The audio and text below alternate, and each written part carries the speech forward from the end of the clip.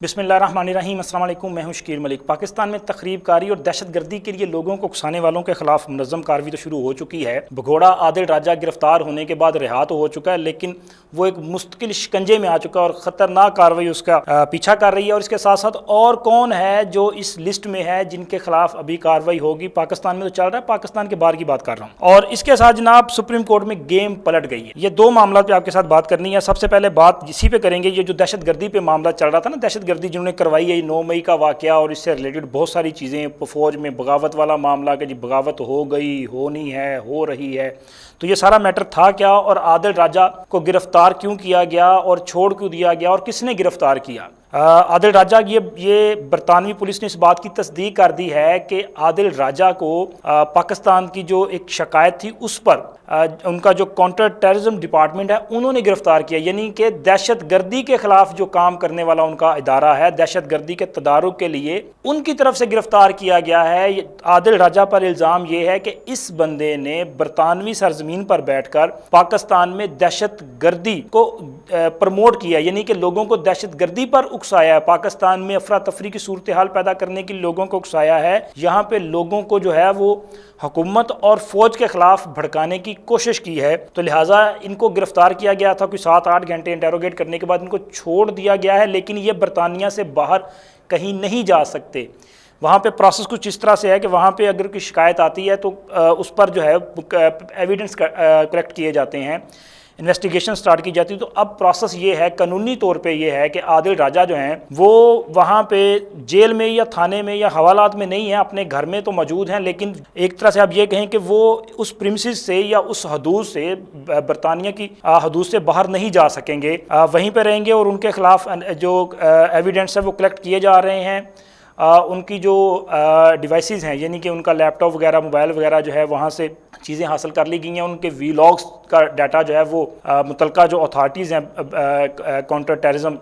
British کی، جو انہوں نے وہ حاصل کر لی ہیں، اور بالخصوص ان کے وی لاگس جو ہیں ان کا ٹرانسکرپٹ حاصل کیا جا رہا ہے۔ چونکہ آپ نے دیکھا نا، وہ ایک تو یہ مسلسل ایک بیانیہ لے کے چل رہے تھے کہ فوج میں بغاوت ہو گئی، فوج میں بغاوت ہو رہی ہے، فلاں اتنے وہ میجرز جو ہیں وہ ریزائن کرنے جا رہے ہیں، بریگیڈیئر فلاں، یہ مطلب ایک پروپیگنڈا کیا جا رہا تھا۔ اس کا وجود تو کوئی نہیں تھا، یہ پروپیگنڈا تھا اور جھوٹ پہ مبنی تھا، اور مقصد صرف یہ تھا کہ اتنا جھوٹ بولا جائے کہ وہ سچ لگنا شروع ہو جائے اور اس طرح کی صورتحال پیدا ہو جائے کہ واقعی بغاوت ہو جائے۔ اور یہ سلسلہ تھا جس کی کڑیاں اگر ملائی جائیں تو پھر وہ اس کا نتیجہ جو ہے وہ 9 مئی نظر آتا ہے۔ اور یہ عادل راجہ نہیں ہے، بلکہ ان کو جو کمان کرنے والی شخصیت ہے وہ اس کی کڑیاں عمران خان سے ہی ملتی ہیں۔ آپ کے علم میں ہوگا کہ وہ تھا نا، وہ کی کہتے ہیں جٹ دا پتر شہباز گل صاحب، ان کو گرفتار کیا گیا تھا بغاوت کے مقدمے میں، اور ان پر بھی الزام یہی تھا کہ وہ اکسا رہے تھے فوج کے جوانوں کو اپنی سینئر قیادت کے خلاف۔ انہوں نے ٹی وی چینل پہ ARY کے پروگرام میں بیپر کے دوران کہا تھا کہ جو جوان ہیں ان کو اپنے سینئرز کا حکم نہیں ماننا چاہیے، تو یہ ایک طرح سے بغاوت پہ اکسانا تھا، اور یہی کام عادل راجہ کر رہے تھے۔ یعنی کہ شہباز گل نے جب یہ بیپر دیا تھا تو وہ اس وقت کہاں تھے؟ عمران خان کی رہائش گاہ بنی گالا، اور عمران خان کے ساتھ بیٹھ کے انہوں نے یہ بیپر دیا تھا۔ تو اس کا مطلب ہے کہ اس کی جو پوری کمان جو تھی، یعنی کہ جو ماسٹر مائنڈ تھے وہ عمران خان صاحب تھے، وہ یہ بیانیہ بنا رہے تھے، اور عادل راجہ اسی بیانیے کو لے کے جو ہے وہ آگے چل رہا تھا، اس کو پروپیگیٹ جو ہے وہ کر رہا تھا۔ اب وہاں پہ ان کے خلاف تو کارروائی ہوئی ہے، لیکن اس کے ساتھ ساتھ مزید لوگ بھی اس میں شامل ہیں، ان کے خلاف بھی ہوگا۔ جیسے شاہین صوبائی صاحب ہیں، ان کا نام جو ہے وہ اس میں شامل ہے کہ ان کے خلاف بھی جو ہے وہ کارروائی ہو سکتی ہے۔ اسی طرح اور 3-4 لوگ ہیں جن کے خلاف یہ کارروائی جو ہے وہ آگے بڑھے گی، اور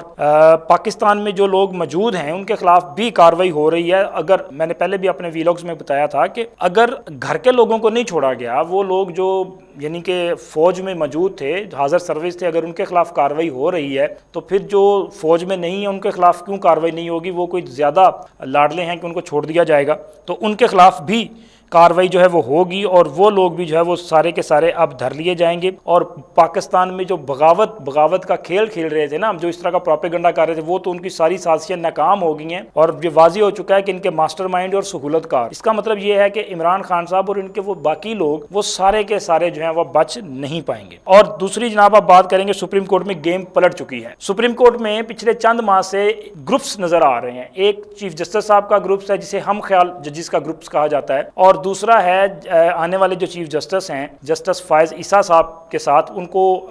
جو ہے وہ آئین پسند ججز کے دھڑے سے تعبیر کیا جاتا ہے، اور چونکہ سپریم کورٹ میں جو ججز کی تعداد ہے مجموعی آئینی طور پہ 17 کی تعداد ہے، 17 ججز ہیں مکمل طور پہ سپریم کورٹ میں، لیکن 2 نشستیں جو ہیں 2 جو ججز ہیں وہ کم تھے، تو اس طرح سے یہ پہلے جو ہے 15 ججز کام کر رہے تھے، تو اس طرح سے یہ جو دھڑا تھا نا وہ 8 اور 7 تھا، 7 کے ساتھ جو ہے وہ چل رہا ہے، یعنی کہ 8 ججز چیف جسٹس کے گروپ جو ہم خیال گروپ ہے اس کے ساتھ چل رہے تھے، اور 7 ججز جو ہیں جو آئین پسند ججز جن کو کہا جاتا تھا وہ جسٹس فائز عیسیٰ کے گروپ میں جو ہے ان کو کنسیڈر کیا جاتا تھا، لیکن اب چونکہ نئے جج جو ہے ان کا تقرر ہوا ہے، پشاور ہائی کورٹ کی چیف جسٹس جسٹس مسرت حلالی صاحبہ جو ہیں وہ متفقہ طور پہ ان کو ایلیویٹ کیا گیا ہے سپریم کورٹ میں، اور ان کی جو نومینیشنز ہیں جو نومینیز ہے یعنی کہ ان کا نام جو پٹ کیا ہے وہ جسٹس فائز عیسیٰ صاحب نے کیا، اور متفقہ طور پہ کہ لمبے عرصے کے بعد کوئی جج جو ہے وہ متفقہ طور پہ کسی کے نام پہ پورے جو جوڈیشل کمیشن ہے اس نے متفقہ طور پہ فیصلہ کیا کہ جی ان کو سپریم کورٹ میں آنا چاہیے، تو یہ ایک اچھی بات ہے، لیکن اس کے ساتھ ساتھ یہ ہے کہ مسرت حلالی صاحب جو ہیں وہ ایک آئین پسند شخصیت کی مالک ہیں، نہ صرف بطور جج بلکہ جب وہ بطور وکیل اور وکیل رہنما کے طور پر بھی وہ جب اپنا کردار ادا کرتی رہی ہیں تو انہوں نے ہمیشہ آئین اور قانون کے لیے بات کی ہے، بالخصوص لائر موومنٹ جو چلتی رہی افتخار چودھری صاحب کی وہ معزولی کے دور میں، تو اس میں بھی انہوں نے ایک بھرپور کردار ادا کیا، لیکن ہمیشہ وہ آئین کی بات کرتی رہی، تو ذرائع کا یہ کہنا ہے کہ وہ جسٹس فائز عیسیٰ کا جو گروپ ہے اس کے ساتھ ہوں گی اور آئین اور قانون کی بات کریں گی، تو اس طرح سے یہ ایک برابر ہوا ہے معاملہ، اور اس کے ساتھ ساتھ بتانے والے یہ بھی بتا رہے ہیں کہ موجودہ جو چیف جسٹس ہیں جسٹس عمر عطا بندیال صاحب کے جج گروپ میں کے 2 اور جج صاحبان ایسے ہیں جو کہ وہاں سے اب اپنا رخ جو ہے وہ تبدیل کر رہے ہیں، حالیہ ایام میں جن بینچز میں وہ شامل رہے ان کے ریمارکس جو ہے وہ بتا رہے ہیں کہ وہ شاید آنے والے دنوں میں موجودہ جو چیف جسٹس صاحب ہیں ان کے گروپ کو چھوڑ کے دوسری طرف چلے جائیں گے، تو یعنی کہ یہاں پر ابھی گیم جو ہے وہ پلٹ چکی ہے، اور گیم پلٹ اس لیے بھی جائے گی چونکہ آگے دن بڑے تھوڑے ہیں، موجودہ جو چیف جسٹس صاحب ہیں عمر عطا بندیال صاحب یہ سپتمبر میں ریٹائر ہو جائیں گے، سبکدوش ہو جائیں گے، اور پھر اس کے بعد جسٹس فائز عیسیٰ صاحب ہیں، تو میرا خیال ہے کہ یہ وجہ بھی ہو سکتی ہے، اور اس کے ساتھ ساتھ دیگر جو ججی صاحبان ہیں ان کا چونکہ ان کی اکثریت زیادہ بڑھتی جا رہی ہے تو اس وجہ سے بھی جو ہے وہاں پہ گیم پلٹ چکی ہے، اور اب چیف جسٹس صاحب کی طرف سے جو مختلف بینچز میں وہ بیٹھتے ہیں یا ان کے جو ہم خیال ججز ہیں اب دیکھ رہے ہیں کہ ان کے ریمارکس بھی جو ہے وہ پہلے کی طرح اس طرح کے نہیں ہیں، بڑے ٹھنڈے جو ہے ریمارکس بھی آ رہے ہیں، اور فیصلے بھی جو ہیں وہ بڑے ملے جلے۔ اب دیکھیں یہ جو الیکشن کا معاملہ تھا جس میں یہ کہا جا رہا تھا ہمارے تحریک انصاف والے تو ماشاءاللہ دن رات ایک کر کے بیٹھے تھے کہ جی یہ وزیر اعظم بھی گیا، وزیر داخلہ بھی گیا، وزیر قانون بھی گیا، فلاں فلاں فلاں فلاں، یہ سارے کے سارے گئے، اڑا کے رکھ دیں گے، یہ حکومت گئی نااہل ہو جائے گی، تو کیا ہوا اس پہ، یعنی کہ وہ تاریخ کا حصہ بن گیا۔ یہ الفاظ تھے چیف جسٹس صاحب کے جب اس کی سماعت ہوئی تو انہوں نے کہا جی وہ تاریخ کا حصہ بن گیا ہے، تاریخ اس پہ فیصلہ کرے گی، یعنی کہ اب وہ معاملہ جو ہے وہ ختم، تو صورتحال جو ہے وہ چینج ہو چکی ہے، اور آنے والے دنوں میں ممکن ہے کہ مزید جو بدلی ہوئی صورتحال ہے وہ ہمارے سامنے آئے، اور کچھ نئی چیزیں بھی جو ہیں وہ یہاں سپریم کورٹ سے جو معاملات یعنی کہ جو التوا کا شکار ہے شاید وہ بھی اپنے حل کی طرف جو ہے وہ بڑھیں، اور جو معاملات رکے ہوئے ہیں وہ سیدھے ہو جائیں۔ اب تک کے لیے اتنا ہی، ملتے ہیں اگلے ویلاگ میں، اللہ حافظ۔